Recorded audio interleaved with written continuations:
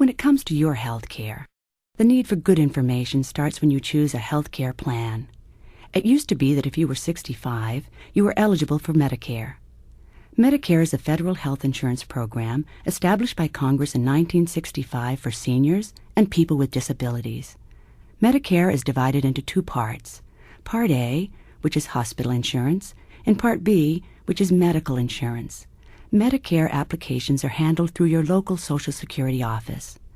There are several beliefs about Medicare that aren't true. First of all, it's not free. There are annual deductibles, and many things are not covered, such as routine physical exams, hearing aids, dental exams, or long-term care in a nursing home.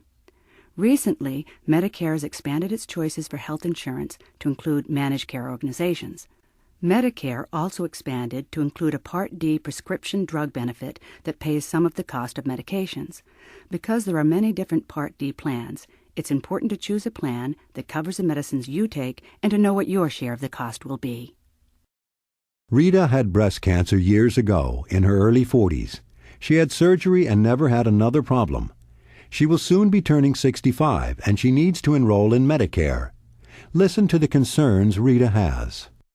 I thought insurance would be easy when I got to be 65. You simply get on Medicare, and your problems would be over. So I was surprised to find out that there were more choices to be made. I knew about Medicare Part A and Part B, but I didn't know how complex it had all become. Because I had a history of cancer almost 25 years ago, I've always been careful about keeping good health insurance. I don't expect my cancer to come back, and I'm in very good health. I'm good about getting my annual physical exam, eating right, and taking care of myself. So I set out to find the information I needed to make my choice about Medicare. I started with my local Social Security office. When I asked about the different types of Medicare, the explanation didn't seem very clear, but the woman there gave me some good handouts to read.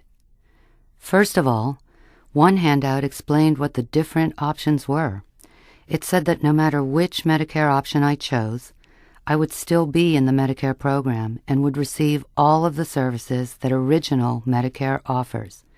I was most interested in a managed care organization.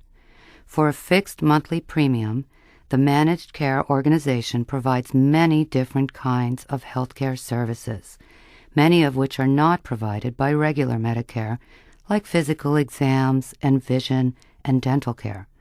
All of these services were important to me, but I kept thinking there must be a catch to this or everyone would choose this instead of regular Medicare. So I kept checking further. I found the catch. It was choice. The managed care organization would not let me go to just any doctor or hospital I chose unless I needed emergency care. You have to go to a managed care organization doctor. They call this being locked into the managed care organization. If you need to see a specialist, like a cancer doctor, you first have to get a referral from your family doctor, who they call your primary care doctor. The other problem is that the Medicare managed care organizations can change their benefits every year. Why, they can even drop Medicare coverage completely.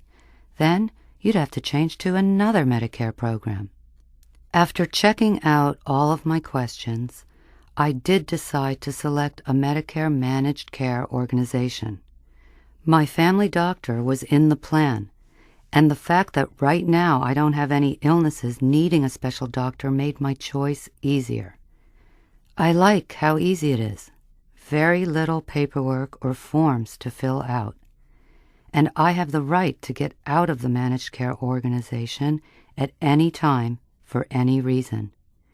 It took some effort, but I feel I got enough information for me to make my choice.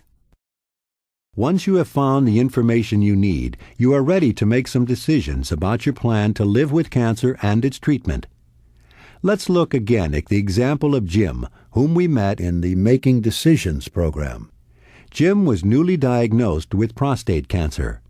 His own doctor had reviewed treatment options with him: surgery to remove the tumor, radiation treatment to shrink the tumor, or an approach they call watchful waiting. Now, Jim needs to make a decision. As always, he asks his wife to help him through the situation. Listen to some of the concerns that Jim has.